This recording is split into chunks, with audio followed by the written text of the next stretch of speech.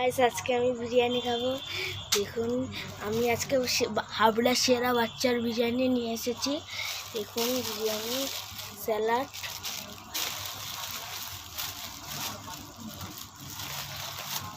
দেখুন এই যে বিরিয়ানি, এই দেখুন এই যে বিরিয়ানি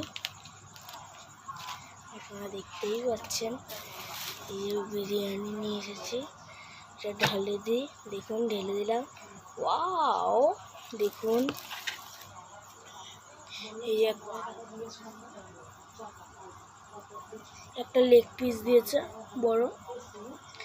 এই যে আলু, ডিম দেয়নি, ওনারা ডিম দেয়নি।